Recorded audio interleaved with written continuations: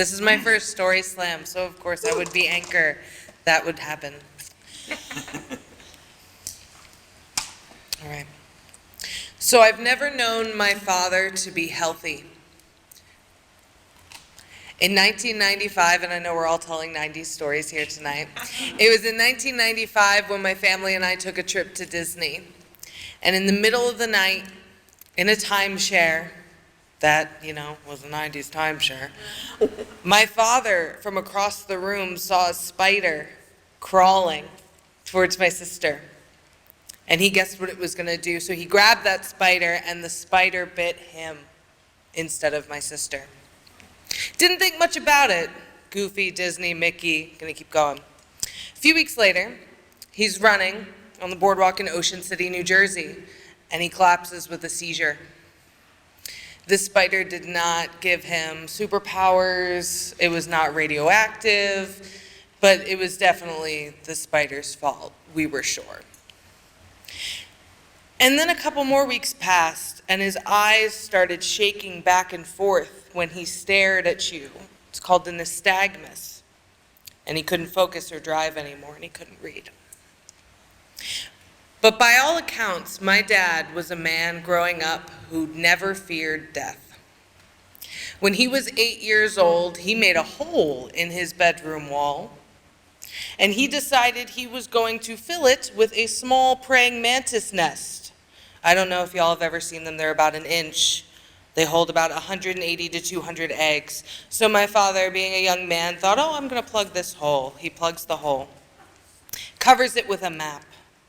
Wasn't my grandmother shocked when 200 praying mantises came out a few months later? My father did not fear death. When he was in high school, he graduated with a black eye. He was in Philadelphia. He went to the bar. Back in the 70s, you could drink back then at that age.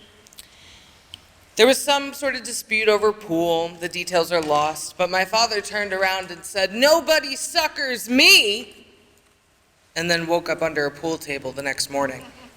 And he graduated with a black eye. And then as an adult, my father was a salesman, very gregarious, outgoing. Every weekend they would drive up from Philly to northeastern Pennsylvania up into the coal region, and they would light a fire in a farmhouse. And by the time that farmhouse fire had heated the entire house, they had a good load on down at the bar. Only twice did they steal Christmas trees, I've heard. And on a third time, one Smokey the Bear sign that still lives in his basement. This was all while my father was an adult. This was before 1995, before he got sick. I have never known my father healthy. I only know about him and his personality and his gregariousness from the people that have decided to share those stories with me. And I'm so thankful for that. Because when my dad got sick, he curled into himself. And this man that was so vivacious and outgoing and would risk his mother's wrath for a praying mantis nest couldn't get off the couch. He only ate ice cream, but dropped 50 pounds. I was 4. And then a few years later, my mom got sick. And, stage 4 cancer is a bitch. So that took her. And my father continued to crawl into himself, and he didn't talk. We couldn't wear makeup or perfumes because whatever ailment he had made it incredibly hard for him to be around strong smells. We'd have to whisper in the house because he couldn't deal with the loud noises. And if we ever slammed a door, whoa, it was a big no-no in my house just because of the vibrations being so loud that my dad couldn't handle it.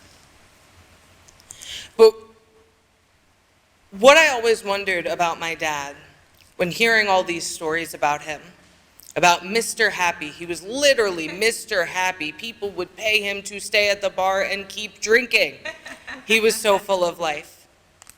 He's not the man I know. And I had to think about it.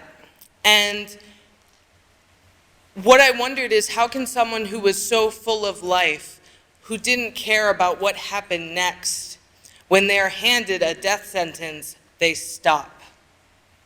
And they are static and they cannot move. They cannot move forward, they cannot move backwards. At least that was my dad. And the real bitch of it is,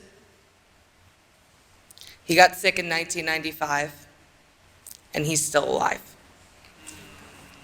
Thank you.